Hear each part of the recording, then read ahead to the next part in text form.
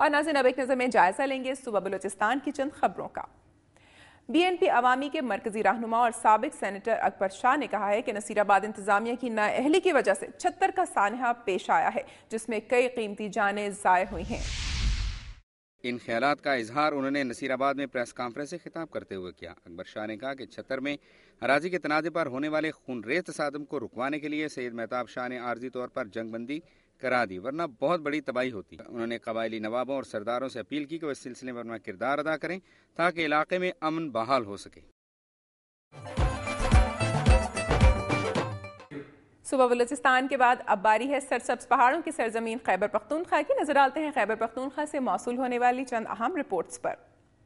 سوات سے 1 ماہ کے دوران 23 بچوں کو اغوا کر لیا گیا۔ ایک کو 6 لاکھ روپے تاوان کی ادائیگی کے بعد رہائی ملی، جبکہ 2 کو پولیس نے بازیاب کرا لیا۔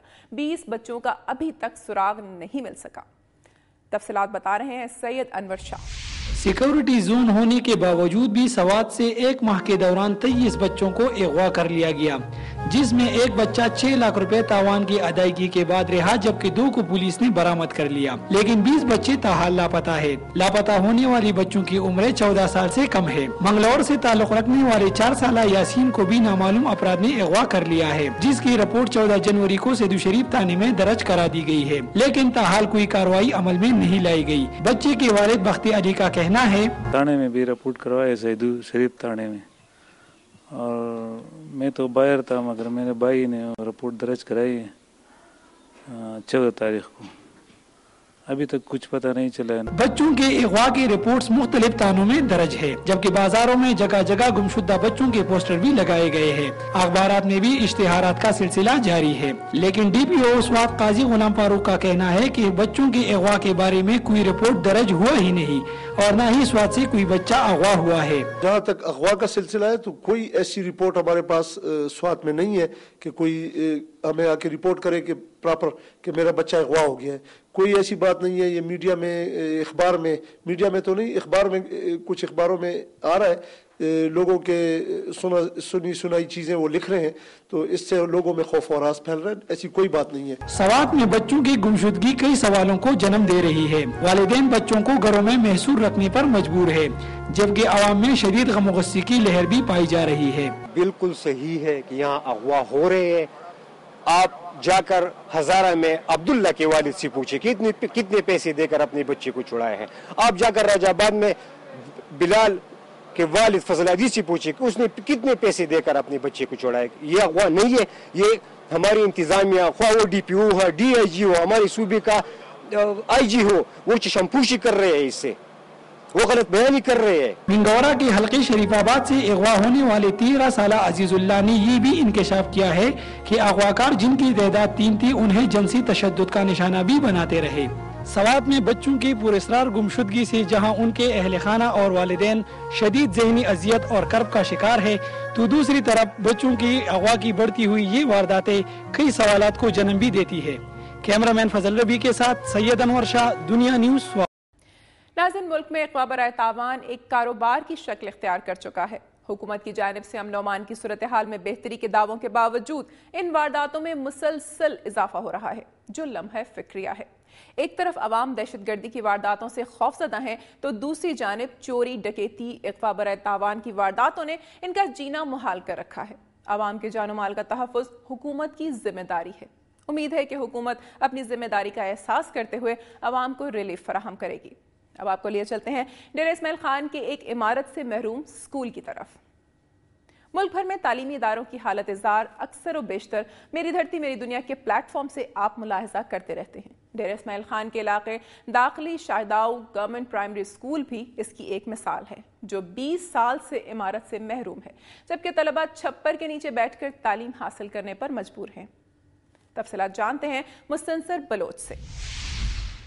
تحصیل پہاڑ پور کے علاقے داخلی شاہداؤ میں 1991 میں گورنمنٹ پرائمری اسکول بنایا گیا۔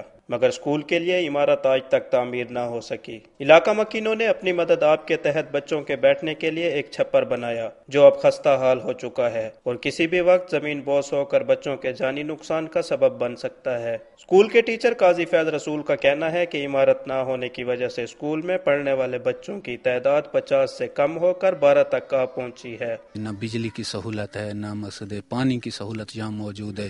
جو کچھ اگر نظر آ رہا ہے وہ اپنی مدد آپ کے تحت ہے، محکمے کی طرف سے یا حکومت کی طرف سے یا کسی سیاسی کی طرف سے ہمیں کچھ نہیں ملا۔ بارش، دھند، آندھی اور طوفان کے موسم میں بچے قریبی مسجد میں منتقل ہو جاتے ہیں یا پھر اسکول میں چھٹی کر دی جاتی ہے۔ مقامی لوگوں کا کہنا ہے کہ انہوں نے متعدد بار منتخب نمائندوں کو اسکول کی عمارت تعمیر کرنے کے لیے درخواستیں دیں مگر سب ووٹ لے کر رفو چکر ہو جاتے ہیں۔ قوم کے مستقبل کا اس طرح زیور تعلیم سے آراستہ ہونا شعبہ تعلیم پر کروڑوں روپے سالانہ خرچ کرنے کے حکومتی دعووں پر ایک سوالیہ نشان ہے۔ کیمرہ مین نعیم عباس کے ساتھ مستنصر بلوچ، دنیا نیوز، ڈیرہ اسماعیل خان۔ ناظرین، تعلیمی ادارے کی صورتحال آپ نے دیکھی۔ یہ بچے بھی پاکستانی ہیں اور انہیں بھی دیگر علاقوں کے بچوں کی طرح تعلیم کی بہتر سہولتیں فراہم کی جانی چاہیے۔ تعلیم کے دوہرے معیار کی وجہ سے بچوں کے احساس محرومی کے بڑھنے کا خدشہ ہے، جس پر تعلیمی پالیسیاں بنانے والوں کو توجہ دینے کی ضرورت ہے۔ اور اب بات کریں گے ٹانک میں ہونے والے ضمنی الیکشن کی۔ سپریم کورٹ کے احکامات کے مطابق قومی اور صوبائی انتخابات میں حصہ لینے والے امیدواروں کے لیے بی اے کی ڈگری کی شرط ختم ہونے کے بعد پسماندہ ضلع ٹانک کے ضمنی انتخابات میں کثیر تعداد میں امیدواروں نے حصہ لیا۔